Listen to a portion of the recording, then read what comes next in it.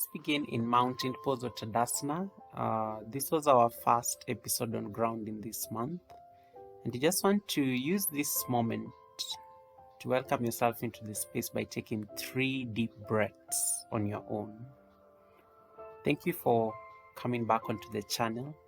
Click subscribe if you haven't already. Click like, click share, just to keep us engaged in this space. On your last deep breath in, gently open your eyes and bring your hands to heart center. Bend your knees slightly and then open up your feet about 1.5 meters apart from each other.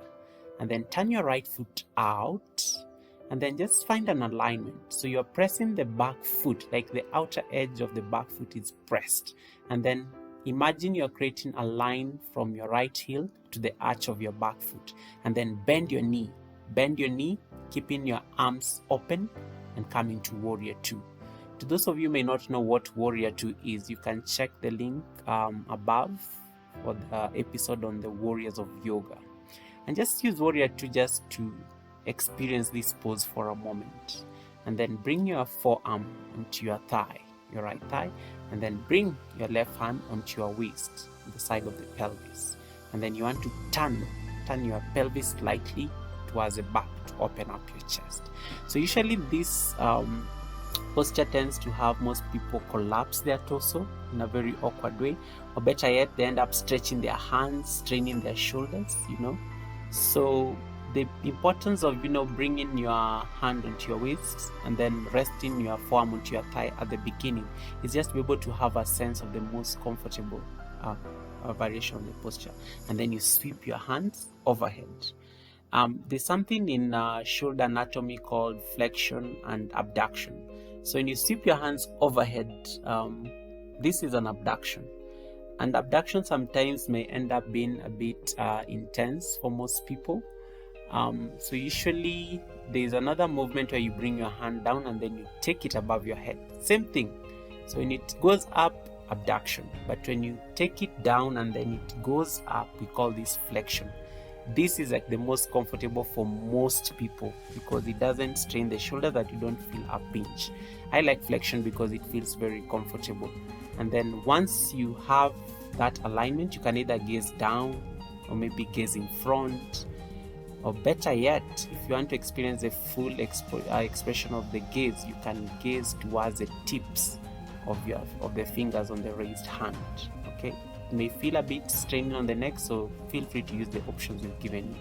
You're ready now for the full expression. So bring your hands down and adjust accordingly. So bring your right hand outside your right foot.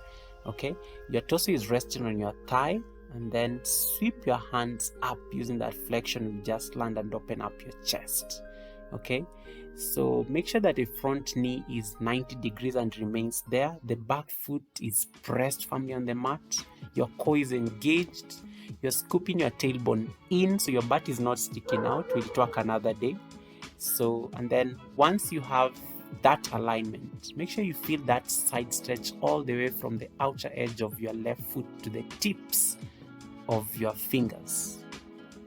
And then stay here for about a minute, breathing normally. Last deep breath in. Now use the strength of your feet and come up into star pose. Lift up into star pose. Let's switch sides. So now you turn your left foot out and then find your alignment and come into Warrior 2 on the left side.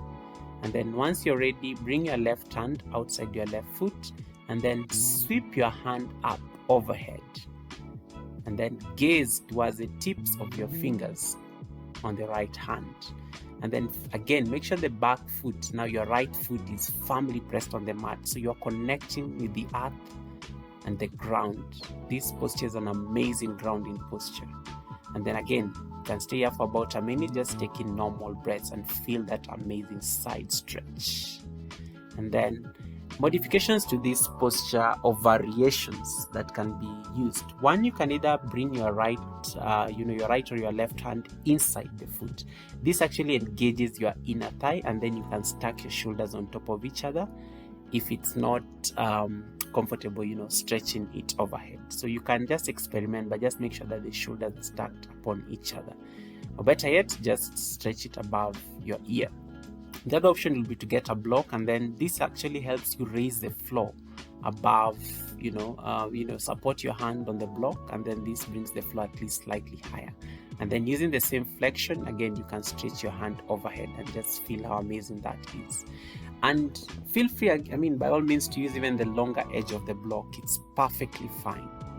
If you have a shoulder injury, please let your hand remain on your hips, or better yet, just straighten your hand alongside your body. It's perfectly fine. And better yet, if you want to bring a challenge to the posture, how about you take a bind? So you bring your right hand under your thigh or your left hand, and then see whether you can grab your wrists. And then once you do that, see whether you can stack the shoulders on top of each other and then open your chest. And then just feel how amazing this deeper variation of the posture is. And again, once you're done, come into downward facing dog. Good job.